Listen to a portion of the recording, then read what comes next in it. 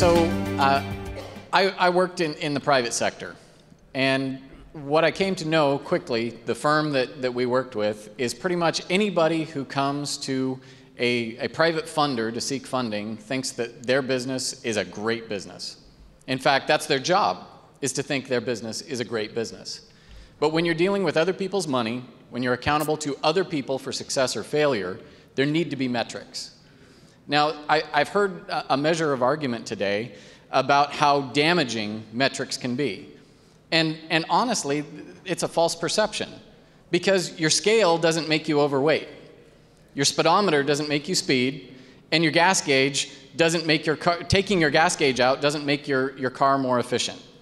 The simple fact is measurement gives a standard that you can rise to or you can fall against.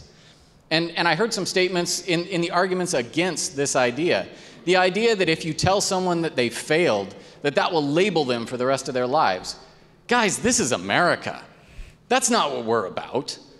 In the real world, failure is the next step to your next success. And the way that you continue in failure is when you refuse to greet failure for the reality that it is, and when you try to paint it as something it isn't. And what we see over and over through life is we see those people who rise up, who succeed, who lead, and who change the world are the ones who greet failure, who call it what it is, who learn from it and overcome. Those who spend the rest of their lives trying to paint it in a different color, in a better color, trying to make it look better, sound better, feel better, so that they don't feel as wounded by it, they don't succeed, they don't get better, and they end up being trapped by their own inability to grasp reality.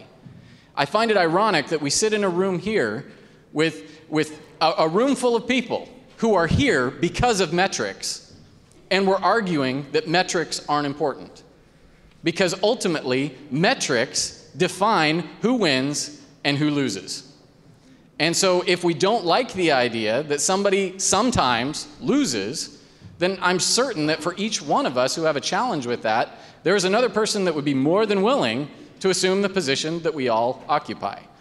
The truth is, we are talking about children, and it's time that we stop telling them that poverty is a jail and that failure is something they can't rise from.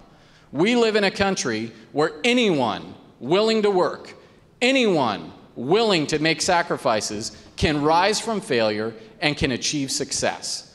And measuring that success is one of the most victorious and empowering things that a culture can do.